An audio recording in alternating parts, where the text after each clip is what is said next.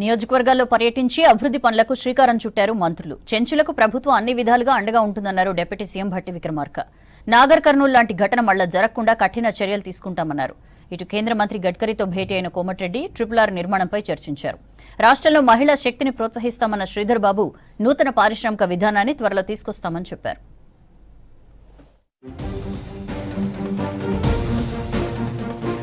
నిమ్స్ హాస్పిటల్లో చికిత్స పొందుతున్న నాగర్ కర్నూలు జిల్లాకు చెందిన చెంచు మహిళ ఈశ్వరమ్మను పరామర్శించారు డిప్యూటీ సీఎం భట్టి విక్రమార్క.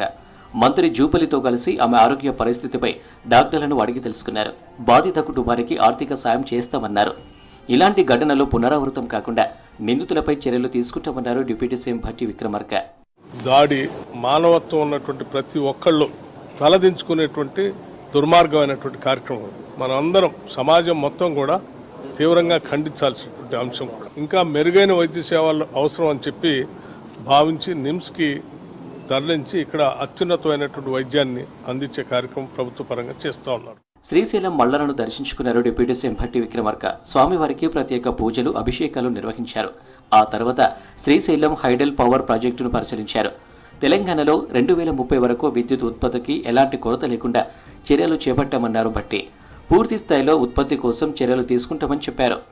మా అందరికీ విద్యుత్ వెలుగులు నింపడం కాకుండా అనేక ఇతర ప్రాజెక్టులు కూడా నీళ్లు అందించేటువంటి కార్యక్రమం కోసం ఉపయోగపడే విధంగా కట్టిన ఆ పెద్దలందరినీ కూడా ధన్యవాదాలు స్మరించుకుంటున్నాం.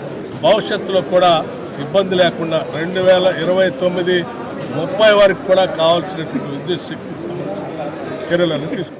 కేంద్ర మంత్రి నితిన్ గడ్కరీతో భేటీ అయ్యారు మంత్రి కోమటిరెడ్డి వెంకటరెడ్డి. రాష్ట్రంలో రీజనల్ రింగ్ రోడ్డు నిర్మాణంపై మంత్రితో చర్చించామన్నారు. హైదరాబాద్ విజయవాడ జాతీయ రహదారిని 6 లైన్లుగా మార్చే అంశంపై కూడా మంత్రితో చర్చించామని చెప్పారు కోమటిరెడ్డి. రాష్ట్రంలో 16 రోడ్లు పెండింగ్లో ఉన్నాయని, గత ప్రభుత్వం పట్టించుకోక ఇప్పటికీ పూర్తి కాలేదన్నారు. 16 రోడ్లను కొత్త నేషనల్ హైవేలుగా మార్చాలని గడ్కరీని కోరామని చెప్పారు. గత 3-4 సంవత్సరాలుగా పోయిన మా రాష్ట్ర ప్రభుత్వం పట్టించుకోకపోగా కేంద్ర ప్రభుత్వం మీద వాళ్ళు ఒత్తిడి తీసుకురావడం కానీ వాళ్ళని కలవడం చేయకపోతే ఆ రోడ్లు పెండింగ్ ఉన్న ఇంపార్టెంట్ రోడ్స్ లిస్టు 16 లిస్టులు మీకు ఇస్తాం. మీ ఆ లిస్టు దాన్ని కూడా కొత్త నేషనల్ హైవేగా మారుస్తూ దాన్ని నేషనల్ హైవే నెంబర్ ఇచ్చుకుంటూ దానికి శాంక్షన్ చేయాలని చెప్పి వారికి రిప్రజెంట్ ఇచ్చినప్పుడు రాష్ట్ర అభివృద్ధికి మహిళా పారిశ్రామికవేత్తల పాత్ర ఎంతో కీలకమన్నారు ఐటీ శాఖ మంత్రి శ్రీధర్ బాబు. హైదరాబాద్ బంజారాహిల్స్లో ఫిక్కీ లేడీస్ ఆర్గనైజేషన్ ఆధ్వర్యంలో చిన్న మధ్య తరహా పరిశ్రమలు సమ్మిళిత వృద్ధి అంశంపై నిర్వహించిన సదస్సులో పాల్గొన్నారు. ప్రభుత్వం నూతన పారిశ్రామిక విధానాన్ని రూపొందిస్తుందన్నారు శ్రీధర్ బాబు. మహిళా శక్తిని ప్రోత్సహిస్తుందన్నారు.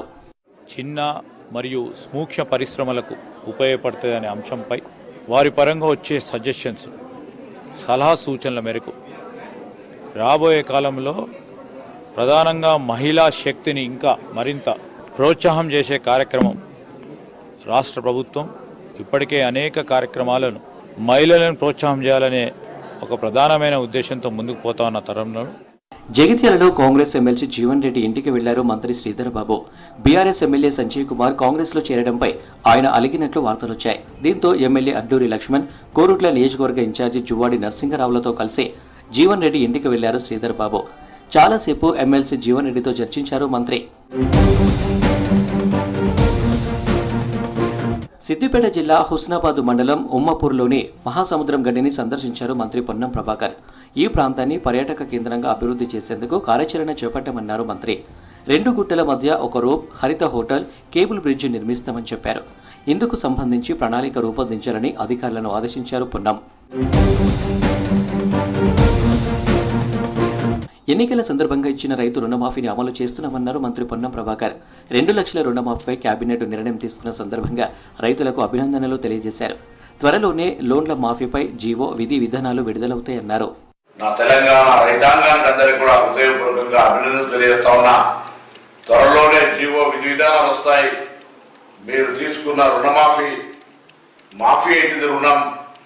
భవిష్యత్తులో మీరు వ్యవసాయాన్ని పండుగలాగా చేసుకునే విధంగా ఈ ప్రభుత్వం అన్ని రకాల సౌకర్యాలు చేయబోతా ఉంది. ఇది రైతులందరికీ కాంగ్రెస్ పార్టీ అండగా ఉంటుంది అనడానికి ఇది ఒక నిర్ణయంగా భావిస్తూ చొప్పదండి ఎమ్మెల్యే మేడిపల్లి సత్యం కుటుంబ సభ్యులను పరామర్శించారు మంత్రి ఉత్తమ్ కుమార్ రెడ్డి. ఇటీవల మేడిపల్లి సత్యం భార్య ఆత్మహత్య చేసుకున్నారు. దీంతో కుటుంబ సభ్యులను ఓదార్చారు. పార్టీ అన్ని విధాలుగా అండగా ఉంటుందని చెప్పారు ఉత్తమ్.